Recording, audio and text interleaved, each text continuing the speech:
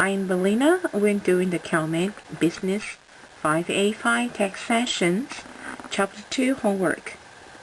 What are the status of the limitations to a text player?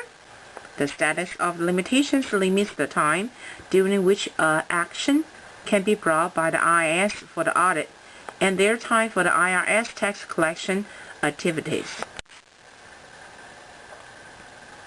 The general rule for the status is there's a 3 years status of limitations for the IRS auditing a tax return, and also a 10-year status of limitations for the IRS collecting the tax.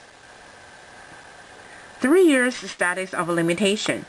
IRS requires to assess the tax within 3 years after the tax return was filed with IRS. They will expire after 3 years to exercise. 6 years status of limitation.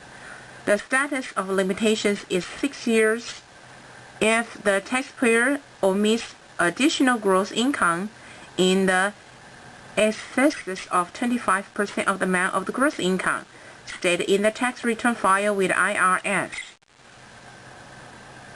No limitation. The status will change. The limitation does apply to the case of the false tax return or the fraudulent tax return filed with IRS with intent to default any tax. They will turn to the no limitation anytime they can access your tax return.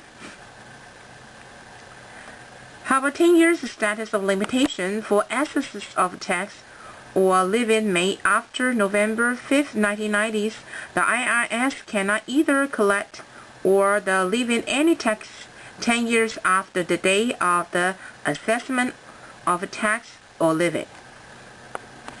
And also they cannot collect any tax after 10 years.